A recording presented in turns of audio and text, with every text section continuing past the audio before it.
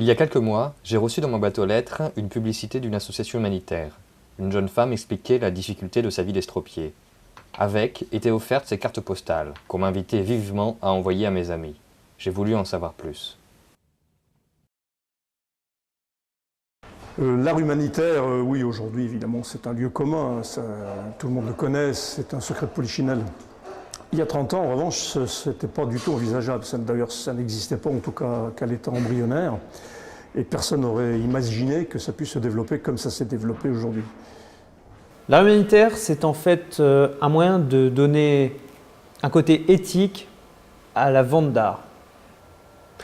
Pour moi, c'est une passion. Bien sûr, on ne peut pas faire de l'art sans être passionné. C'est indispensable. Mais cette passion de l'art, c'est aussi une passion de l'humain, de l'homme, humanitaire, très important. Une passion pour moi, une passion pour les autres. Je crois qu'on ne peut pas trouver mieux.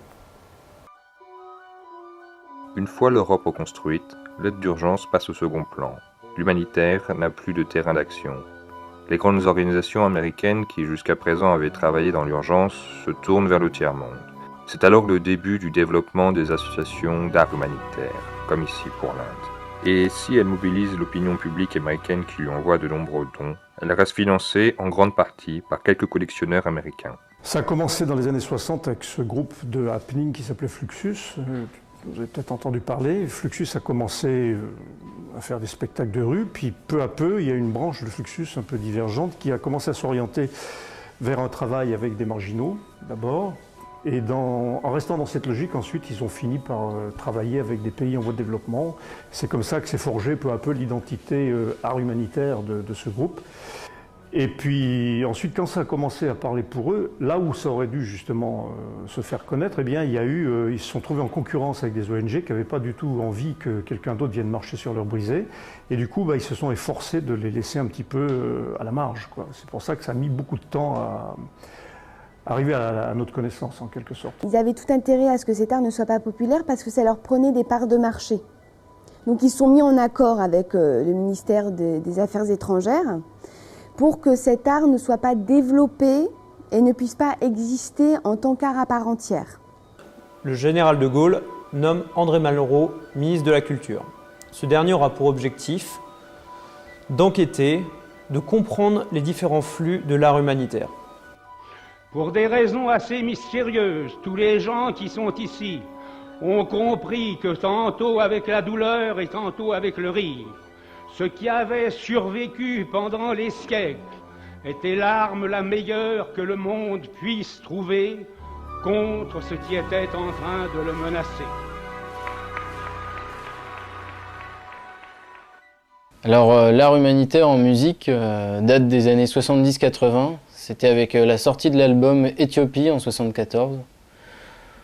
Éthiopie, c'était un regroupement de musiciens qui ont produit ce CD pour récolter des fonds pour les pays pauvres. De nos villes, de nos banlieues, l'Éthiopie meurt peu à peu, peu à peu. Une des plus belles idées, une des plus belles réussites de notre association est l'allocation d'orphelins ou d'enfants marginaux pour des soirées mondaines. C'est un énorme progrès artistique, une grande avancée sociale pour les enfants. Les riches raffolent, ça les amuse beaucoup. Et pour les enfants, c'est un moyen de se faire beaucoup d'argent, très rapidement.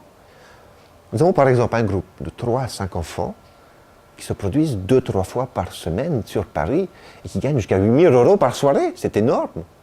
Quel autre travail pourrait leur proposer un meilleur avenir, une meilleure situation? Alexandre Bénard est l'une des nouvelles figures de l'art humanitaire en France. Il nous présente ici son dernier projet.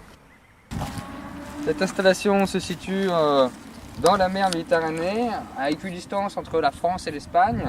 Comme vous pouvez voir, c'est une structure extrêmement solide.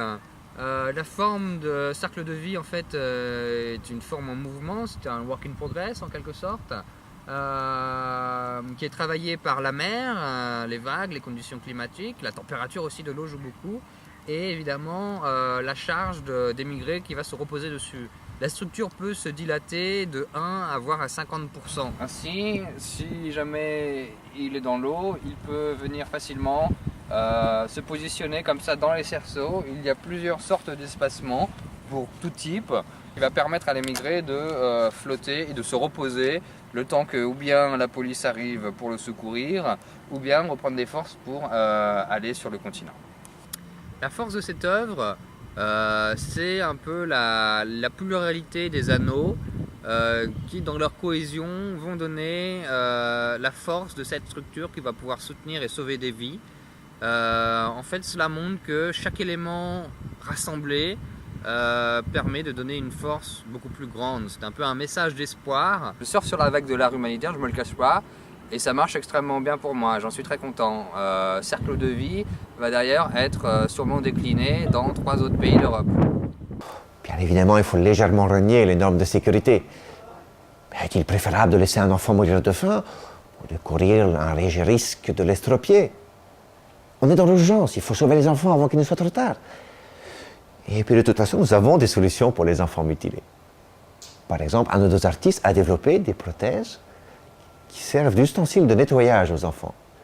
Nous pouvons ainsi louer leur service à des sociétés de nettoyage. Cela leur donne du travail.